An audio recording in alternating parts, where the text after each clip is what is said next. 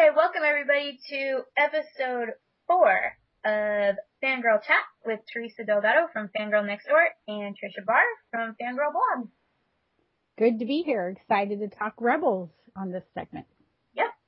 So we are going to talk about the brand new show that hasn't come out yet that is, I guess, sort of replacing the Clone Wars, but not really because it's from a completely different era in time, called Star Wars Rebels. It is being produced by the same people who did the Clone Wars, so Dave Filoni is going to be the supervising director again on the show, or no, I guess he's the executive producer this time. Yes. So it's going to be, but he'll still have his stamp on it, probably big stamp, wouldn't you say? I think a big stamp, yes. He's probably now the George Lucas was to the Clone Wars. Definitely. So at Celebration Europe, we got some news about Rebels. I think we had anticipated that we would get some news.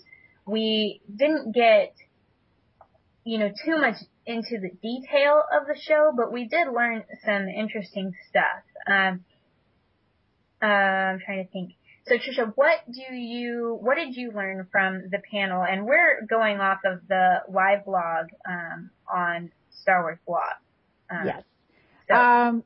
It was first of all, I thought it was great because again, the fans are so enthusiastic to see Dave Filoni up there. He does a good job with the fans. He was wearing a shirt made for him by a fan for the panel, which was really kind of cool to see the Wolfpack shirt. And he was also wearing the little button that apparently was given out to everyone at the panel that ties into Rebels. It's the little green and black symbol. And apparently I saw on Twitter that there's maybe a little URL on there that leads to something on the internet. So it'll be interesting to find more about that. And then they just gave us they released a couple images on the internet plus the logo. And there were more images at the panel, that were, put up for people, Star Destroyer and other stuff. The most exciting image, I think, is Ghost, the ship that will be, maybe belong to one of the central characters was the implication. Did you see that picture? Yes, I did. That's very exciting, actually. It looks sort of like a Millennium Falcon-ish, that type of YT Carillion freighter with a little bit of it kind of owes back to the bombers back in the World War II era. It's sort of the look. So I love the image that they provided for us, and of course the TIE fighters. So they're just classic and cool. Yeah, the thing I like about what they showed us as far as artwork and those kind of things, it was very it's very classic looking. It's not as maybe out there as the Clone Wars was, sort of futuristic type looking things and huge giant battleships and all that kind of stuff. That was one of the things that I actually didn't really like about the Clone Wars as much because all of my Lego sets ended up being huge. But, you've got just some good classic Star Wars going on. And, I think that, I think they're going in a really good direction. We also learned from the conversation that happened with Dave Filoni that,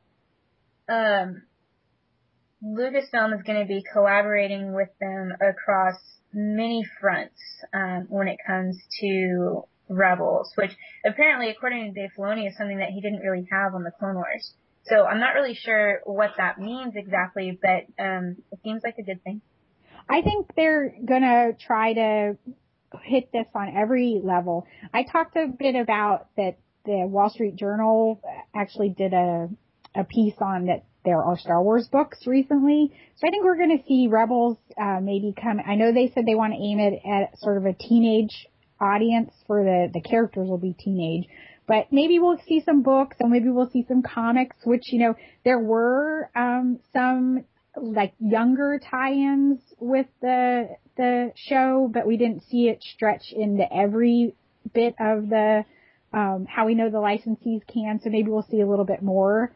And I just love that comment that you brought up, the one that he had said that we'll see there's collaboration across all fronts. And they also said the idea for Rebels came from discussing what era they wanted to see stories in. And this one doesn't have a lot of story in it. So it'll be cool to see them generate some new stuff out of this. And the artwork, obviously, you said it was classic. It's based on McQuarrie's style. They talked about that. And then he mentioned a little bit about Tangled, the movie that they thought that was beautiful. Maybe there might be some of that reflected artistically. And there's the image of that they provided of the landscape, and pretty much it looks like that's Alderaan, a picture of Alderaan with the tie-in back to the illustrated Star Wars universe artwork that people have dredged up. It looks very similar with the Killick's mounds, so we might even see a little bit of a tie-in to expanded universe stuff too. Yeah, and the comment about the artwork from Tangled, if you haven't seen that Disney movie, you really should take a moment to see it. It's a really good and well done movie, and the artwork in it is really, really gorgeous. So gorgeous, in fact, that they put a Tangled section at in Fantasyland at Disney World. Granted, it's just themed bathrooms, but it's awesome.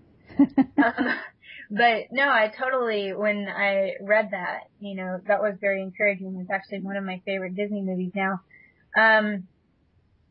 So, and I definitely like the McQuarrie style that it seems that they're going for. Something that we did get out of it, like you talked about, was the Ghost ship. And I think that was probably the biggest highlight, because they released a shirt that has sort of like the outline of the Ghost on it. That was a Celebration exclusive. So it looks like they may be relying heavily on that particular ship for the show. Well, that's exciting, because, we had the Millennium Falcon was, sort of our generation, and so it was fun to, have a ship that was iconic, and maybe they're trying to do that again a little bit, something that you could recognize. Oh, that's from Rebels. I like it. And do you like the orange and black logo? They said that was going to tie into sort of the X-Wing pilot orange color, and I just like the sort of, has that a little bit of a darker undertone, because we know that where it's set in between 3 and 4, so it's when they're building the rebellion, and the Empire is. It says, well, that on the StarWars.com it says takes place between 3 and 4. The Empire is securing its grip and hunting down the last of the Jedi Knights as a fledgling rebellion against the Empire is taking shape.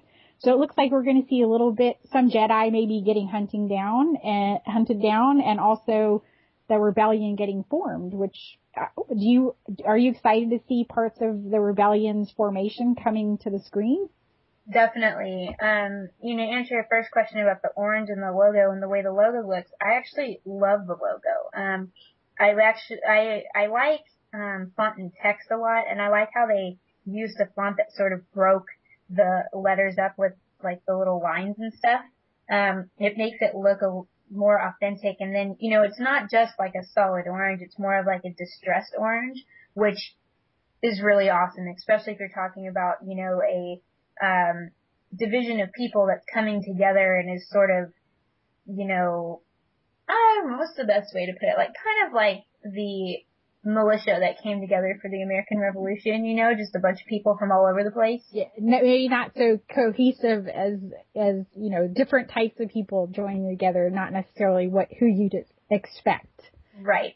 And so I feel like the logo actually represents that quite well.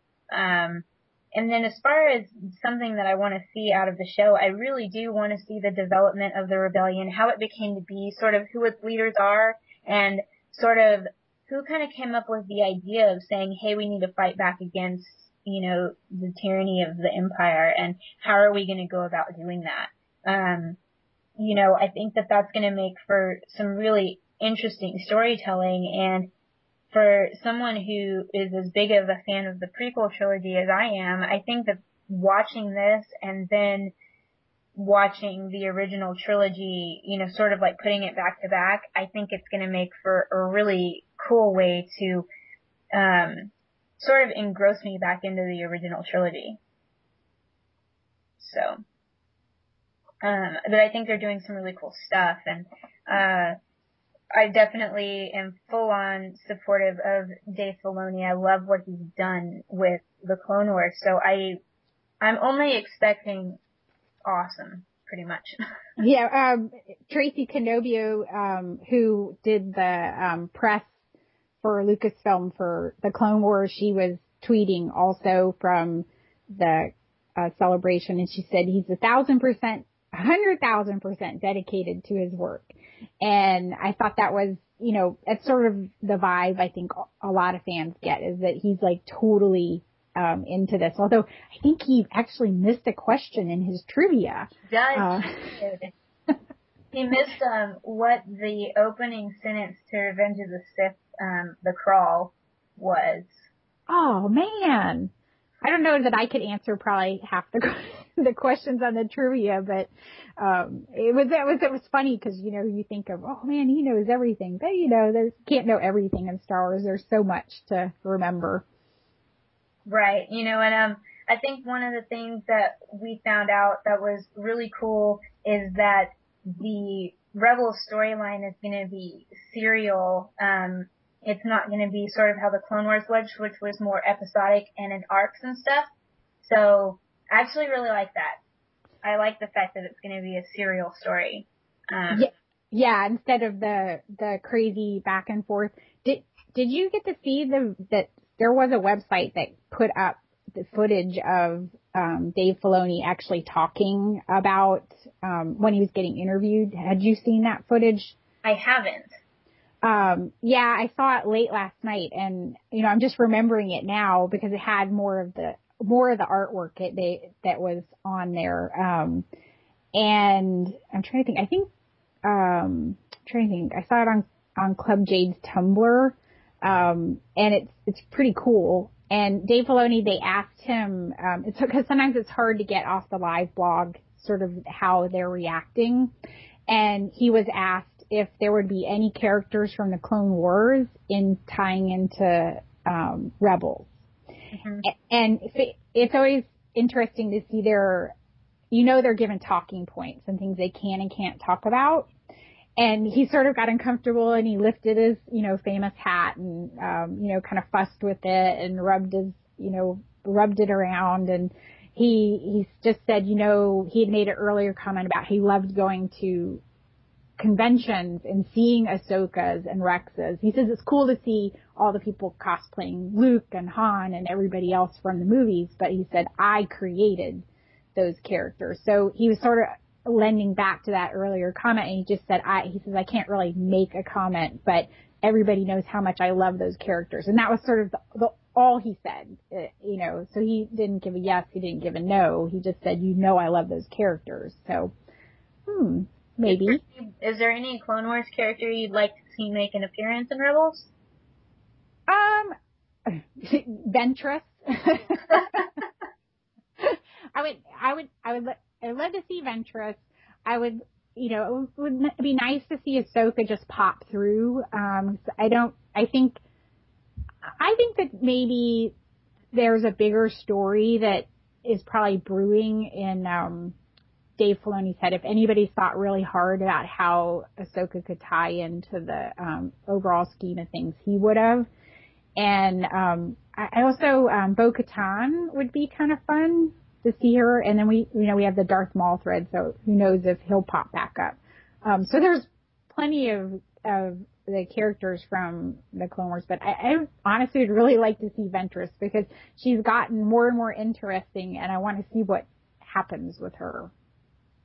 Yeah, for me, it would be definitely Darth Maul, just to get even if it's just to kind of get some closure on what's going on with him, um, that would be nice. And then I'd really like to see Hondo.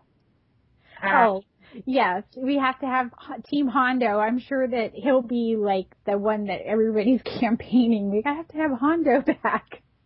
Just because I love his character and I love seeing him, his sarcasm is just classic. And he brought some humor to the show, which we've heard and learned is a necessary aspect. I want R2 to be in it somehow. I don't know if he will be. I don't know if there's a way for him to be, but if not R2, then some other droid has to be like a key point in the show. A cute and funny one. Well, they seem to like to do the droid, so it's probably, I just can't imagine it wouldn't have some type of astromech and, maybe, a fussy, a fussy droid. Maybe not golden droid, no 3PO, or maybe we'll see them too pop through at some point. Who knows?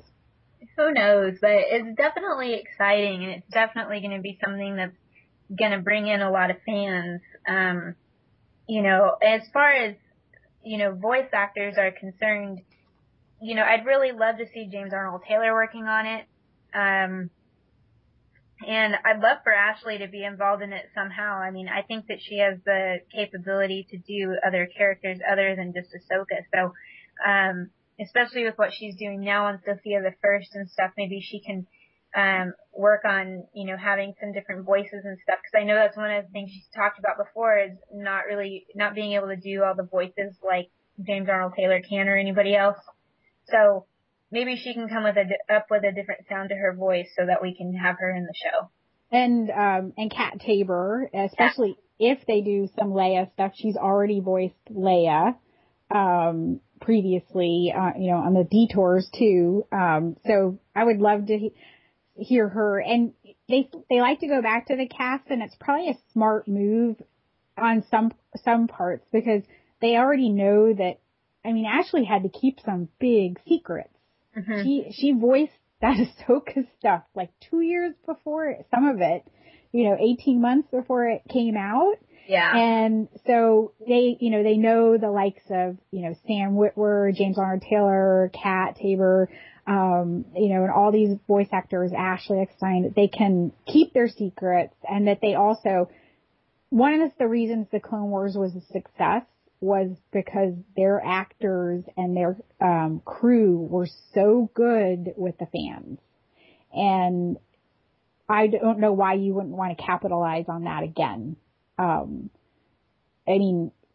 Especially, Ashley Eckstein came in and there was half of the fandom is just like, we don't want her, go away. We don't want that character. It wasn't her personally, but they didn't want Ahsoka. They didn't understand how it fit into the storytelling. They didn't know, they thought it would ruin everything when, in the end it ended up being really great. And, I just like that we have these nice, awesome people that can go out and sell their product and love their product and want to work so hard and tell everybody. I think it's really important that when you're doing anything in entertainment, especially that you have to prove to the customers that you love what you're doing in order to get them to love what you're doing. Right. And I think they had a great cast of people for doing voice work. I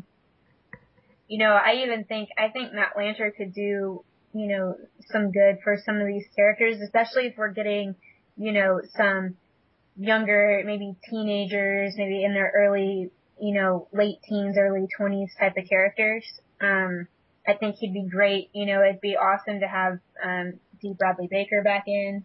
Oh, they have to have him because, he can do anything. So any type of voice.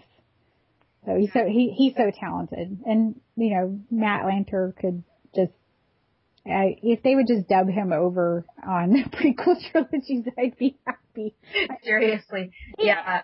I agree with that. I just thought that he and it's not that, I'm not really, you know, some people don't like Hayden Christensen, and it's not that for me. It's just, I think Anakin's a very hard character in the era that when he's in that transition between 2 and 3, that he has to be likable. You have to relate to him, but you still have to see that brush with darkness that's coming. And I mean, Matt Lanter nailed it, and with his voice alone. Definitely. Well, I think we can both say that we're excited for Rebels, and that we will be the first ones out there watching it. And I'm really hoping that, you know, some of the podcast groups like We Talk Clones and stuff like that we're doing the Clone Wars, I hope they continue on with Rebels. Just because they did a really good job of breaking down all the episodes, and that was always really fun to listen to after we'd watched the episodes.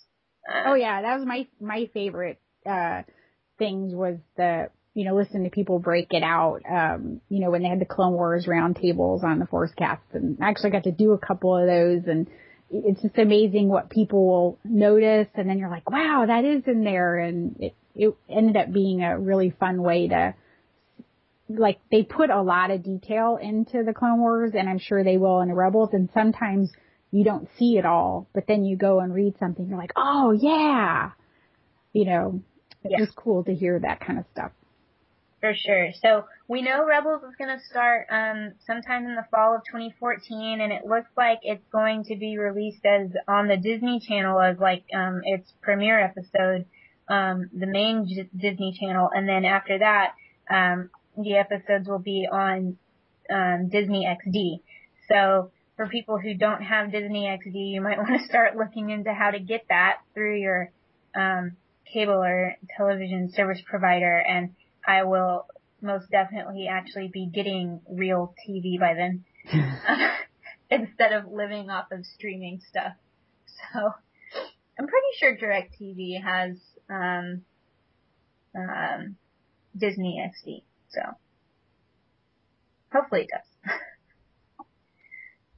does. So is there anything else you'd like to mention? No, I think we're all excited and ready. I'm ready for more scoops as we get them, which this has probably been like our, you know, teasing for the, you know, probably a couple months, and we'll have to live off this, but I'm ready. Oh, I'm ready too, and hopefully we'll have some more fun stuff to talk about soon. Yeah. So maybe we'll, I know we probably won't get much we won't get really anything at Dragon Con or anything like that, but maybe you will hear something at New York Comic Con. If anything. Probably not though. But, alright, well thanks for joining us, and Tricia, how can people find you? You can find me at fangirlblog.com, that's all one word, and then on Twitter you can follow me at fangirlcantina. And Teresa, how about you? You can find me over at fangirlnextdoor.com, and then on Twitter at icecoldpenguin. Thanks for joining us, guys, and see you next time.